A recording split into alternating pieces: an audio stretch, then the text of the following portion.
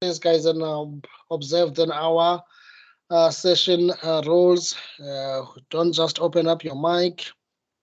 Then you just keep listening. If you've got question, then that's only when then you open or you have to answer as we are interactive then in our session. And please, guys, and let's try then to respect each other. I've learned that our last session there were people then were removing others in the session. Let's not do those things. We're all here then to learn. Let's just respect that. Thank you so much. Quickly then I'll move on and share then my screen to display then our today's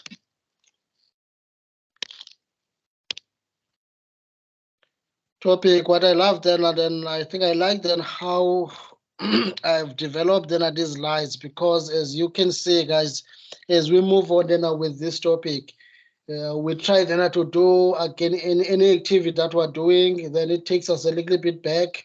So sort of then we are doing then the revision of what we've already covered, then we put in the new topic. So that makes then our life then to be easy, because we are revising at the same time. So please then grab then that advantage and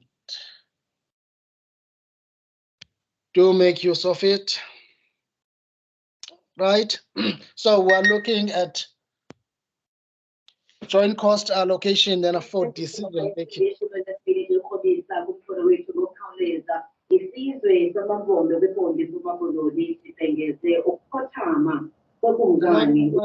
Can you stay muted? Thank you. Once again, let me remind guys, and let's try then to avoid the unnecessary noise during our session, please.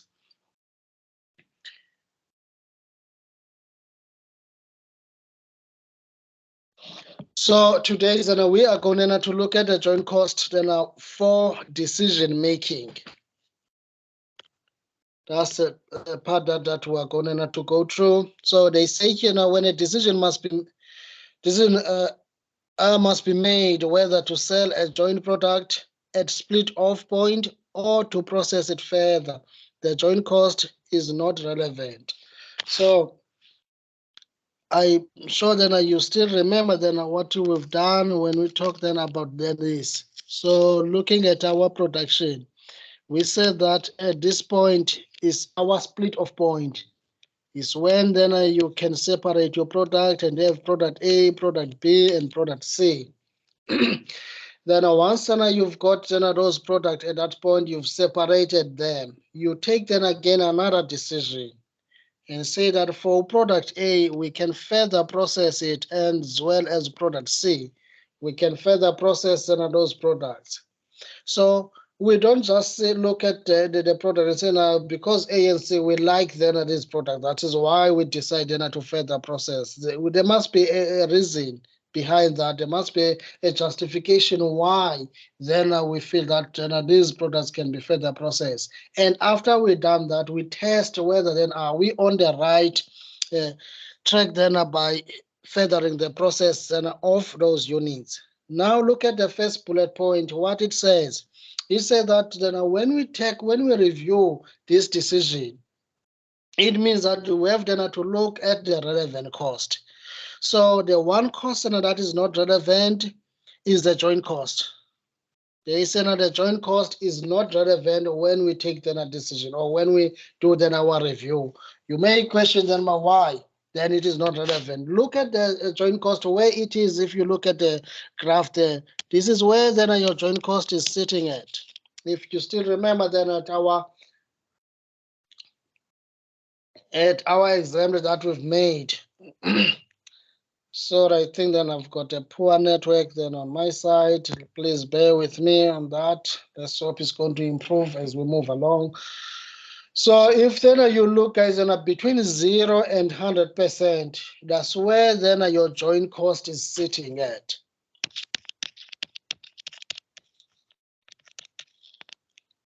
That's then your joint cost is sitting between that 0 and your 100%. So irrespective of then selling product A and C, at split off point or after further process, the joint cost will remain at the same amount. If then your joint cost is 10,000, it will remain at that 10,000. It's not going to change. That is why then we say that the joint cost amount is not relevant then for us then to take then the decision. Then the relevant costs are the further processing costs. Those are the costs that are relevant then in this decision making that we have then to take. I'll tell you why. Because we've got a choice here. We can sell then our product at split off point, or we can decide then to further process then our production and make then our sales after further process. So if for argument's sake we say that to product A, the selling price is 10 rands at split off point, but once we further process that product, then it move on then to 15 rands. That is your selling price. Now, can you see now we've got a choice because there's a difference in selling price. Then as a management, we are going to be tempted to generate, to also get that extra 5 rands. That is why then we can say, okay, why not further process to product A so that we move from the selling price of 10 rands to 15 rands. But we need then to bear in mind that that 15 rand then our selling price, it comes then with price, in a sense of a cost in this case. Because once we talk of a further process, there are additional costs that we are going to incur. Probably then let's say then for argument's sake, then you are going to have an additional 2 rands for each and every unit that you produce as a cost. So you need then to know that, okay, I'm not going to get then the entire extra 5 rands. I'm going to get extra 5 rand, but with extra 2 rand as a cost. So basically then the incremental profit that you are going to generate here is 3 rands. Then in this case, now you'll be able to take the decision. That's what we call them for decision making. So all this decision, it started from the split off point and up to your further processing cost. That is why the second bullet says there, the option that maximizes the net income will be the best alternative. Hence, we say that we are targeting to get to that 15 rands. Only relevant cost and revenue are taken into consideration. So I think we've explained that about 10,000 as a joint cost is out of the picture, because irrespective whether we're making our sales at split off or we do then our sales after further process, we're still going to pay 10,000 rands as a joint cost. But if we decide to make it sales at split off point, in terms of a further processing cost, we are not going to incur 2 rands. And by not incurring 2 rands per unit, then that means that we are also losing 15 rands in our selling price. Then we'll stay with 10 rand. So that's what then that means. Once again, then the cost of revenue is relevant if the cost of that revenue is different between then the 2 options. So the 2 options that we're talking about is your further process and your split off. Then to determine the additional profit or loss, the following method is used. You take then your incremental revenue minus then your incremental cost. Then you'll get then to your answer, and then you base your decision based on that calculation. That is why they say that the general rule is to accept any alternative whether an additional profit or where an additional profit is made. So even if then you are making a 1 rand additional profit, you take that, because then you are generate something. But if then there's a loss, then there's no need then for you then to say, okay, we'll further process then this product, because you're making a loss. Why then you keep on furthering process? What are you doing? Now, to make sense of what we're talking about here, then this is then the exercise or the question that we are going to look at it. I've taken it then from the 2nd edition. So it's going to help us then to put then this theory then into practice, and we see then what we're talking about, and trying then again then to combine with what we've done at the beginning. Sorry. Aldon Limited is a company that produces chemicals for the fertilizer industry. one of its processes manufactures joint product SP1 and SP2 and a byproduct SP3. The company uses the net realizable value for its joint products to allocate joint production cost. Now from that sentence, we can learn, okay, what method are we using to allocate our joint cost? The company is using a net realizable value method. Again, then we did mention that we cannot use any of those four methods in a situation whereby you've got your joint product and a byproduct. You need then to do away with a byproduct first. So far we've learned that, okay, we are going to use a net realizable value method here to allocate our joint cost then to the joint product. Whoever then is muted, can you please then or who is unmuted, can you please unmute yourself, please? There is a noise and that is keeping on coming. The byproduct is valued for inventory purposes at its market value less its disposal cost. And this value is used to reduce the joint production cost of 1,620,000. So that's what we're doing. Again, you've been given instructions about the byproduct. And you could see that here then we're going to make use of a reversal, where then we say that to get then to the net market value, we take the sales minus then your gross profit, minus the disposal, minus the further cost, minus any other cost that you have. Then with that amount, you use it then to reduce the total joint cost. You adjust then your joint cost. This only takes place upon sale of the byproduct. Inventory are valued according to the first in, first out method of inventory valuation. Data regarding the company's July 2025 operations are presented below. So you've given your SP1, SP2, as well as SP3. I'm sorry then for the misalignment that I can see here on this question, because then the finished goods inventory in the beginning of July is 15,000 for SP1, 50,000 on SP2, and it's 20,000 on SP3. So it messed another this.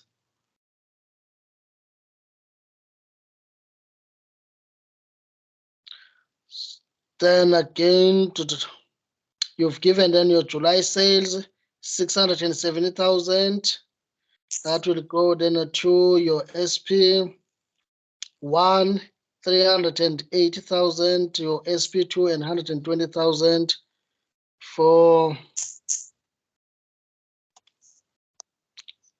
your SP. This is frustrating me. Then this misalignment. 120,000 is your SP3. The production is 800,000, SP1, 400,000, SP2, and 100,000 for SP3. Then you've given your further processing cost in SP1 and SP2.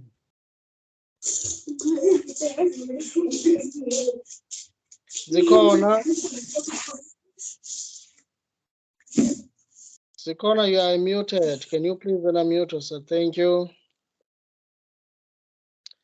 Then you've got your final sales per liter is 507 rand for your SP1 and SP2. Sales value per liter at split off. And then that applies then to our what you call then your SP3, then your byproduct, then your disposal cost per liter. There, then you've got your 20 cents. Then the questions then carries on. Then on the other side is where then is our requirement. They say that determine the allocation of joint cost using for July 2025. Compute the cost assigned to closing inventory as at 31st July 2025. Both joint products are sold after further processing. Then the company has an opportunity to sell SP2 at the split off point for 5 rand per liter. Prepare an analysis to show whether SP2 should be sold at split off point or further process. So we start then with A, determine the allocation of joint cost. So when we talk of then the allocation of joint cost, then we allocate joint cost then to our main product. So that's what then we do.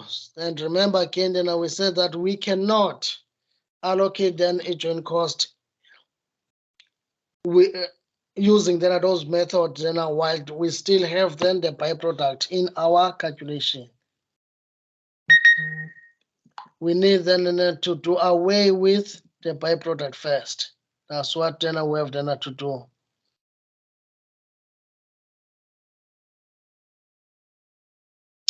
So that's what then we are going then to look at it.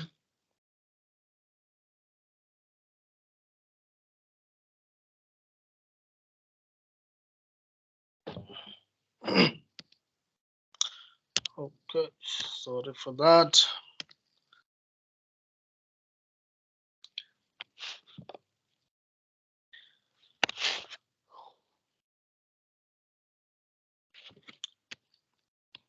So we're looking at our A. You've got again a product, units, selling price. Remember then if then we're using a net realizable value, that means then we're going to take then the selling price after further process. Then to arrive then to your estimated sales. Then we minus then our further cost. Then that will give you your net realizable value. And you've got your joint cost. Let me just adjust these columns so that we have a fair share.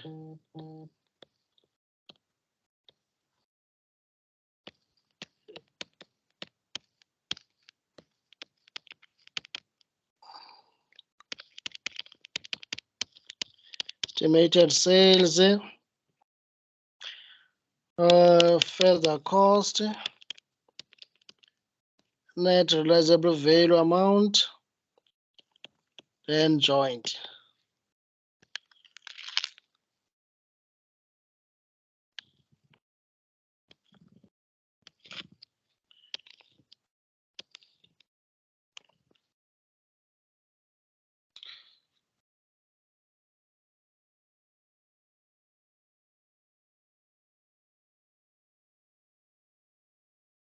That's what then we have to do. So we've got SP1 and SP2. We cannot put SP3 here because SP3 is what? Is a byproduct. And we look then at our units. Let's go and check then the units of the SP1. Remember again, we've talked about this and said that we take the production. You cannot use the sales units. So we take then a production. So our production is 800,000 liters and 400,000. I'm sorry once again about this misalignment on this question. 800,000 and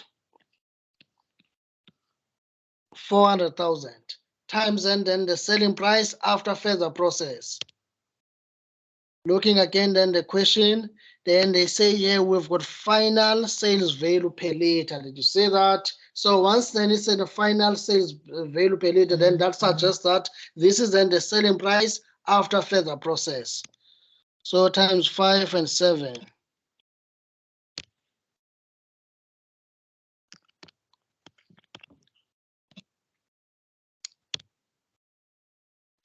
Yes.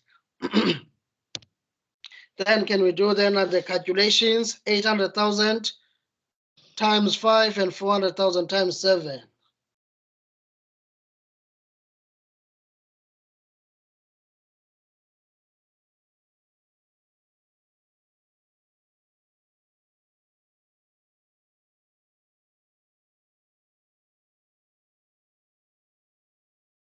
$4 million. 4 million. Then on the first one, that's correct.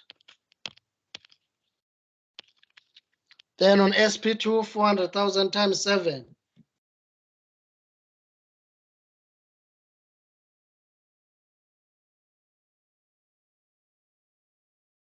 2,800,000. 2,800,000. Thank you. 2,800,000. Then we go and look at our further cost. Further processing cost, if you look then at the question, we've got 700,000 on SP1 and 760,000 on in our SP2.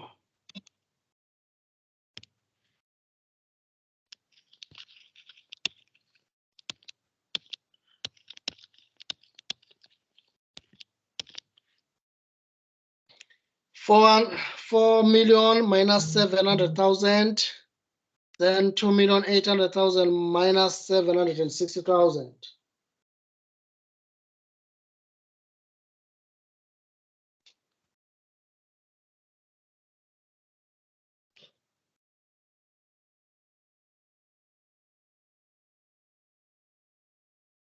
What will be what then is our answers?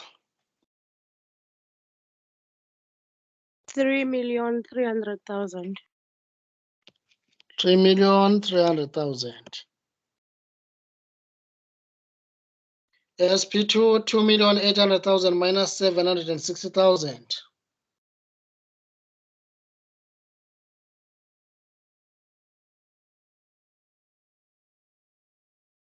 2,040,000. 2,040,000. 2,040,000. That's it. Then the question is, then how much then is our joint cost before we can get in there? Then we've got these two values. We can add 3,300,000 plus 2,040,000. It gives us then how much in total?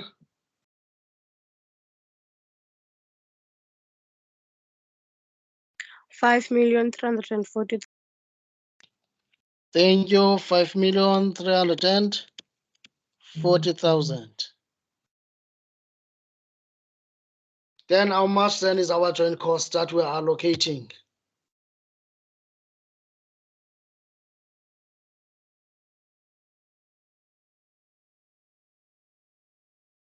When you go back then to the question, how much then is our joint cost?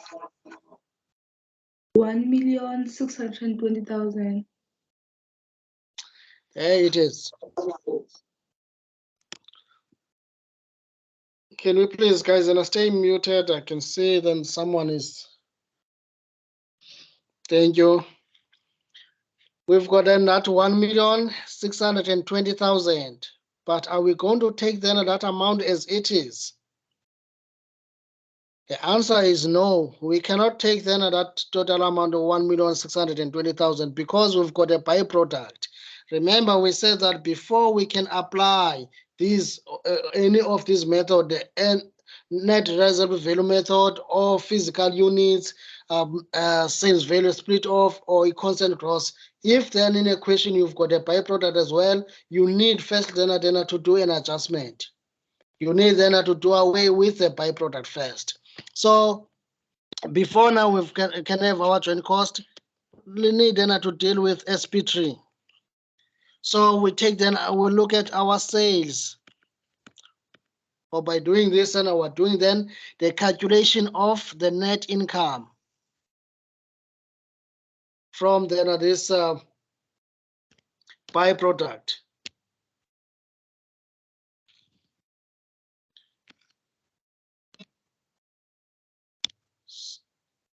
If you look here, then at the bottom of this question, there's a sales value per liter at split off. You've got R1.20. And then I will go and look then at our production for this byproduct. I'm sorry again, I'll show you then there it is. There it is our byproduct production, that 100,000, but it's messed up then on how then it's been displayed here. So we're going to calculate then the sales amount. So taking then that 100,000 times 120, then it's going to give you how much? 120,000. 120,000. Then I will look at any costs then that we have that are associated then with this byproduct. So the only cost then that we have here is your disposal cost per liter of 20 cents. That's the only cost then that we have. No further cost for a byproduct, no gross profit given for us. So we send a minus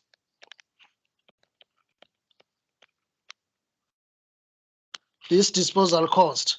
So this disposal cost is going to be 100,000. That is your units times 20 cents.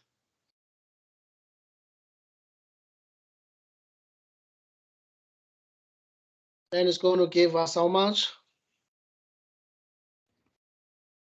20,000. 20,000 rands. Therefore, then the net amount is 100,000. So we've generated 100,000 income out of then our byproduct. You need to be very careful there, guys, because sometimes it can be the loss. So be mindful then of that. Then after that, then that's where then I will take in our joint cost. We've got then our joint cost of 1,620,000.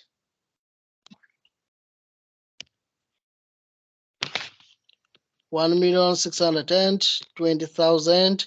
Then we adjust and go then with that net amount from a byproduct, which is equal to 100,000.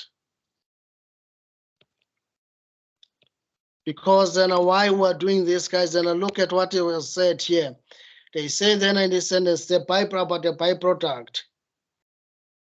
If you go back then to the question, you've been given the information that says that the byproduct is valued for inventory purpose at its market value less its disposal cost.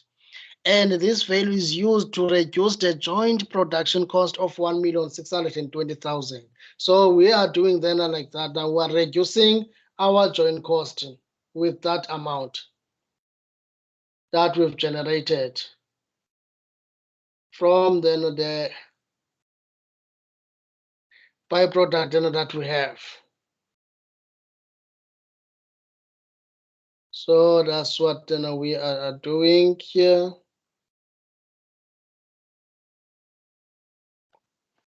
In our production. Okay, now there's something then that I've seen then in this question, guys. Look at then the opening inventory at the beginning of the month. There's one thing then that we forgot then to include in our calculation, because then when we do then this calculation of then this estimated this market value, we use then the total units that we have. So in this case, we only consider 100,000, which was the production of July. But you notice there we've got the opening of 15,000, 50,000, and 20,000 in our SP3. Then our production now is 100,000. So that means, guys, then in this calculation, we were supposed then to include that. When we're doing then this calculation, instead of saying here we've got 100,000, it was supposed to be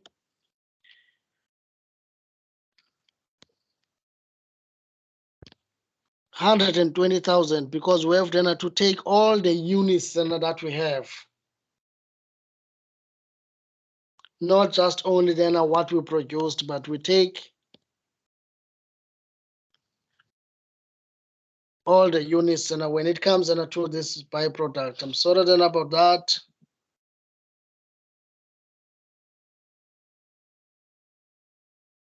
So it was going then to be 120,000. Then times 120.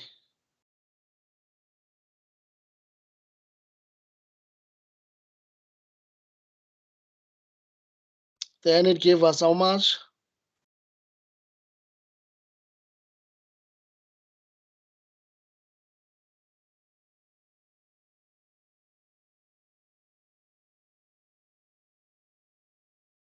$144,000.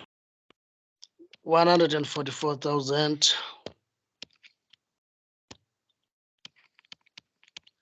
Because in this case, guys, and we are calculating the sales. So we are anticipating that we are going to make sales of everything then that we've produced. Unlike then when we are touching then at the cost, because when you're looking at the joint cost, the joint cost is allocated to the production.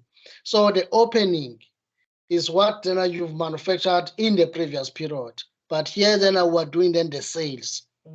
Hence, then we said that, okay, let's take every unit then that we have then for that particular byproduct.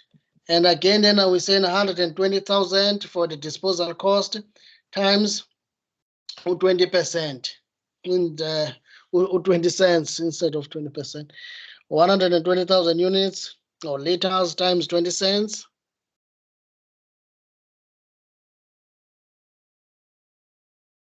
24,000.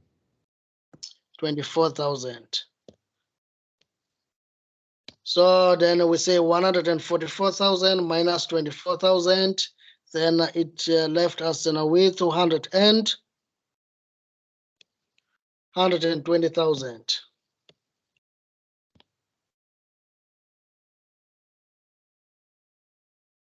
So that's what then we're going to use to adjust our joint cost. So you've got then your adjusted joint cost. So 1,620,000 minus 120,000.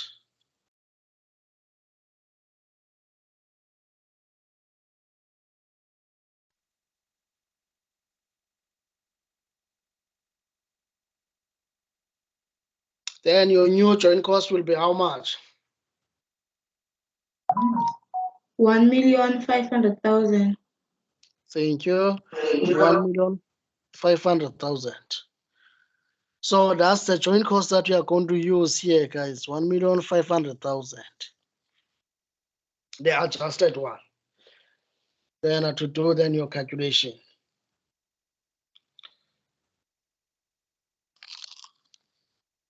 And that's only when then you can say, okay, to work out the amount that will go then to USP1, it will be 3,300,000.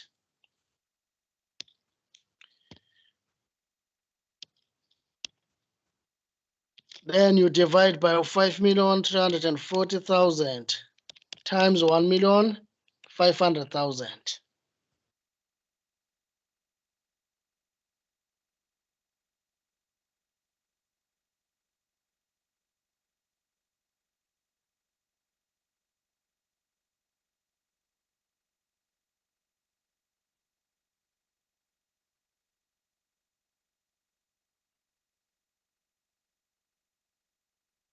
Then what's the amount then of joint cost that will go to SP1?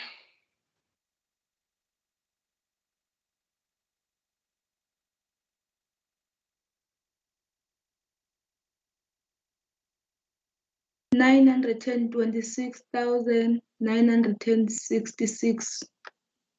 Thank you, 966. Then you can simply then say minus then 1,500,000 to arrive then to the figure that will go then to SP2.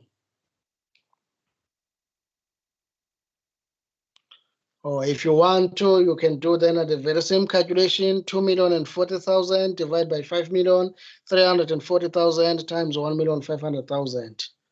And it will give you then the answer, which is how much?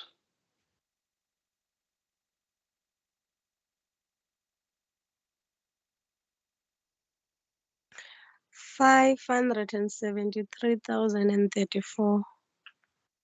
Thank you. 573,034.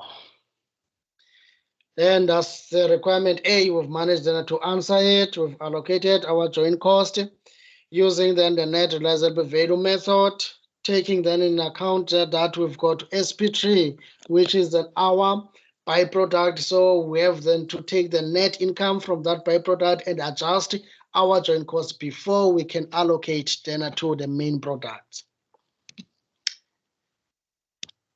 Let's look at requirement 2.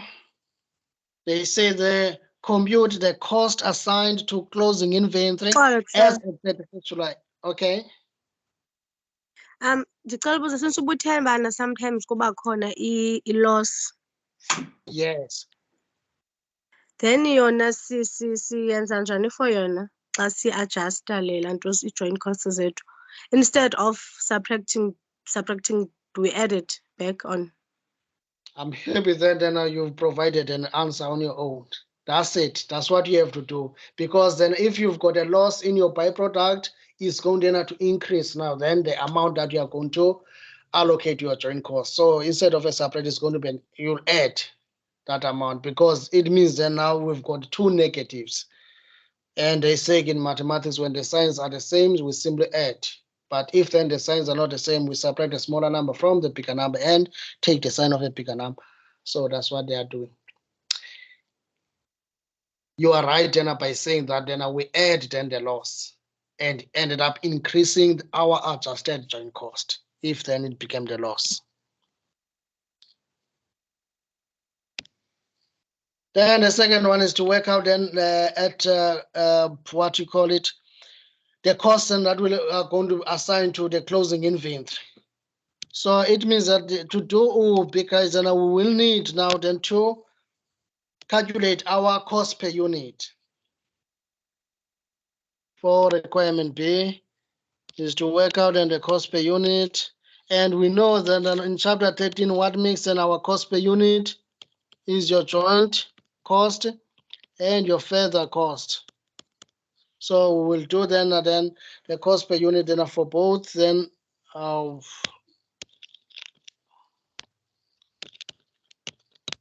so let's say then this is SP1 and SP2.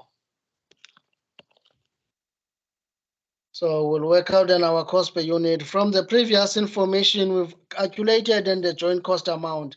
If you look at your SP1, we've allocated 926,966 as an amount, and that will go then to SP1. So we simply then divide that with the production, because now we're looking at the cost per unit. So we'll take 926,966 divide by 800,000.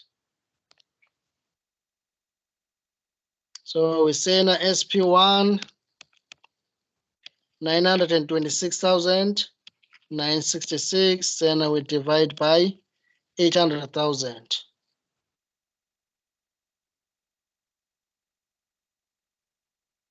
That is our production. And it gives us 1 rand.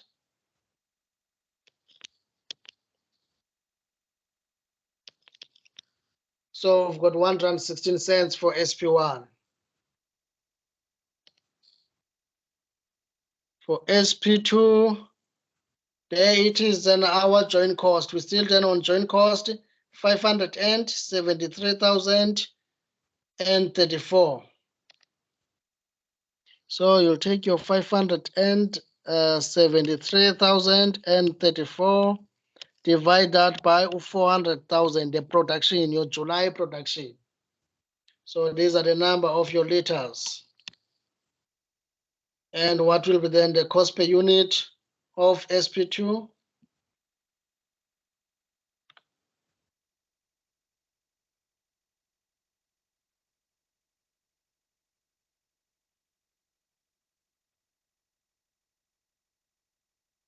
$1.43. 143. Thank you. 143 cents. That was then our joint cost calculation. Then we move on then to further cost. For SP1, you've got your further cost here 700,000.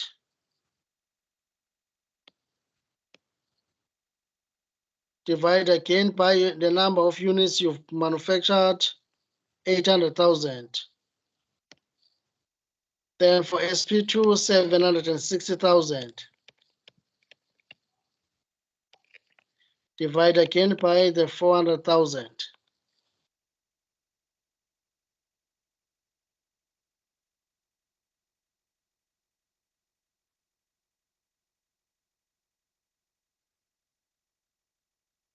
Then what's going to be our answers?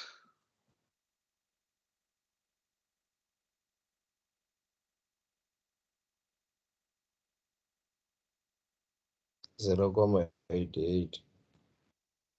Thank you. We've got 0.88 cents on SP1, SP2. 1 rand 90. 700 is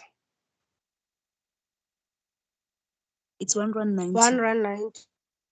thank you, 190. So this is what makes in our cost per our cost. So then we've got our total cost per unit. So which is going to be 1 rand 16 cents plus 88 cents and 1 rand 43 cents and 1 rand 90.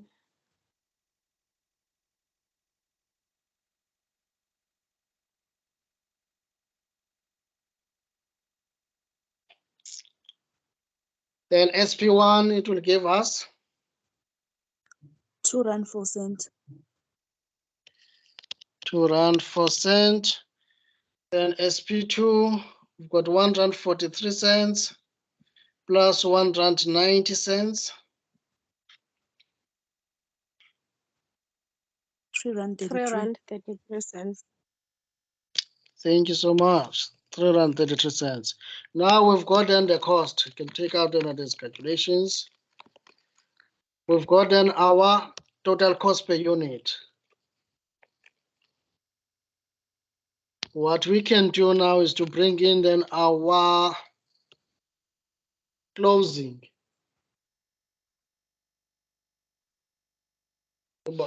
What is then our closing? So we can calculate then the closing units for both. Going back then to the question, unfortunately, then when you look at the question, I don't think then the closing units then are given then for us. We have then to calculate it on our own because we own this is then the first of 7. So that means then this is opening. So these are the opening balances, and you've got any production, and you've given also a sales. So we will calculate our closing units on our own using the very same formula then where we have done to take the opening, say plus the purchases. This is not financial accounting, this is cost accounting. It can't be the purchases. Plus the production. Give us the units available minus closing. Then you'll have then your sales. I like then to use then this format then because it assists us then to be able then to know what we're doing. So let's put down then what is given for us so that we can know then what is unknown. So we've got opening 15,000 and 50,000.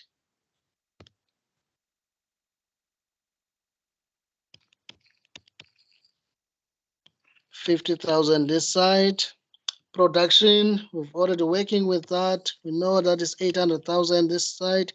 And here the production is 400,000.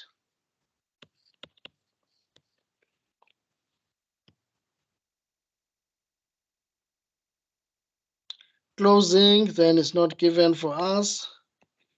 We don't know the closing, but then we do know then the sales. Sales units are given then for us. If you go back to the question and look at then your sales. If we're going back then to the question and look at our sales, sorry then for this misalignment once again, but these are the sales then for SP1.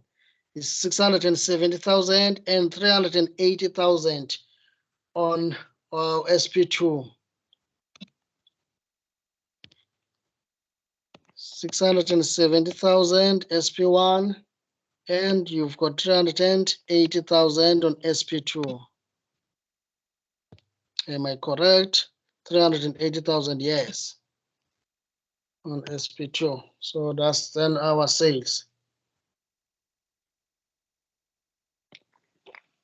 So once again, this suggests that we are going to work from bottom up in order then to arrive to, in fact, then we've got the flexibility here. We can work out then from top then going down. It's up to us because we've got opening and production. Then it can give us our units available. Okay, before we made these sales and our units were sitting at 815,000 this side and 450,000 on SP2. Then out of then 815,000, we've made these sales then to Zango 670,000. So out of the 815,000, you made your sales of 670,000. That means then you're left with how many units?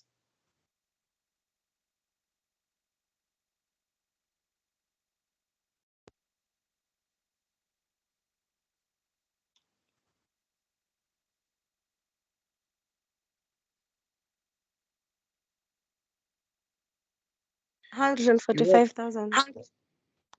Thank you. That means then we've got 145,000 here as our closing. Then on SP2, we had a total of 450,000. We take out 380,000. What is left? 70,000. 70,000. Thank you so much. So then these are the units.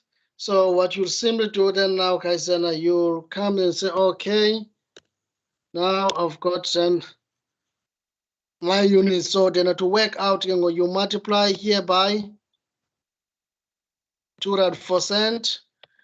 Then this side you simply multiply by 3 rand 33. Then you get now then to the value of the closing balance. You've got the units, you get then the value by multiplying then with that cost per unit that we've calculated above. So that's it then when it comes then to that B. That's clear. So what they were testing you then where you are you going then to be able then to calculate then the closing units as well as your cost per unit. So that's what the question was all about in this. Then let's move on quickly then to the last requirement. They said that the company has an opportunity to sell SP2 at the split off point for 5 rand per liter. Prepare an LLC to show whether SP2 should be sold at split off point or process it further. Let's look at that. Okay, the requirement C. Remember then we've made then that analysis and say now let's look this in our production line. So in this case then we'll reach then our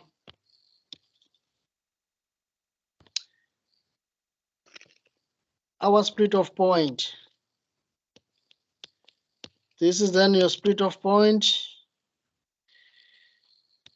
And we've got this product, your SP1, SP2, SP3, which is then the byproduct.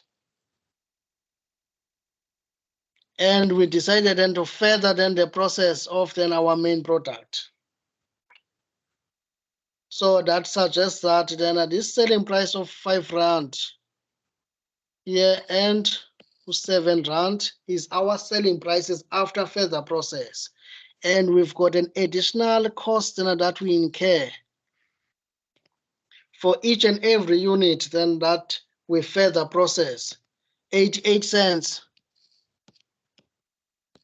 If you remember then the previous calculation on SP1 and SP2, we've got a further processing cost, which is here 1 rand 90 cents.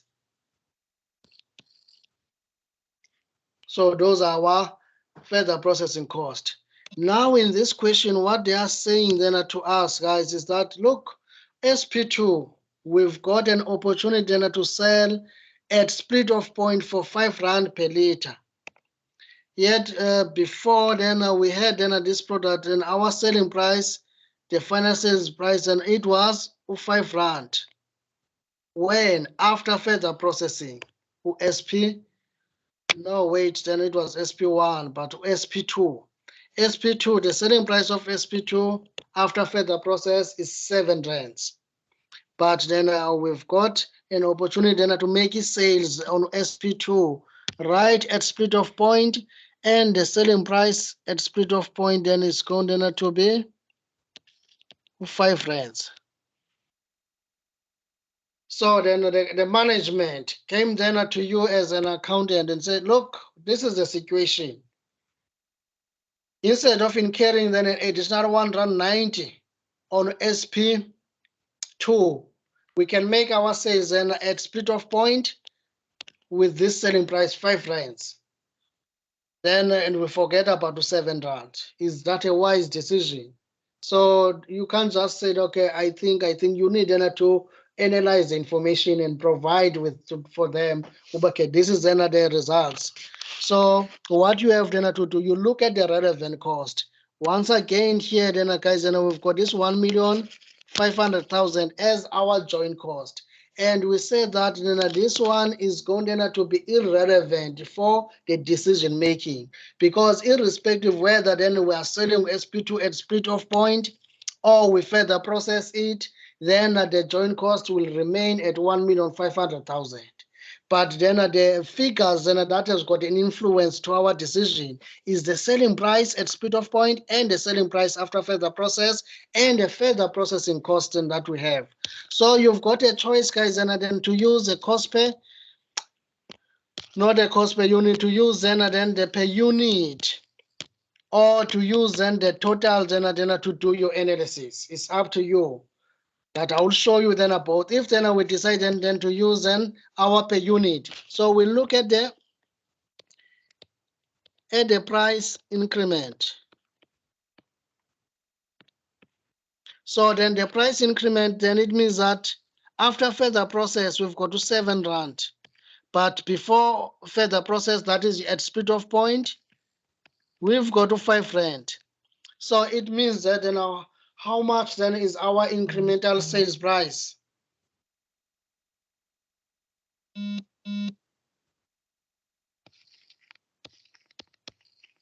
Do you agree then with me then when I'm saying that is 2 rands?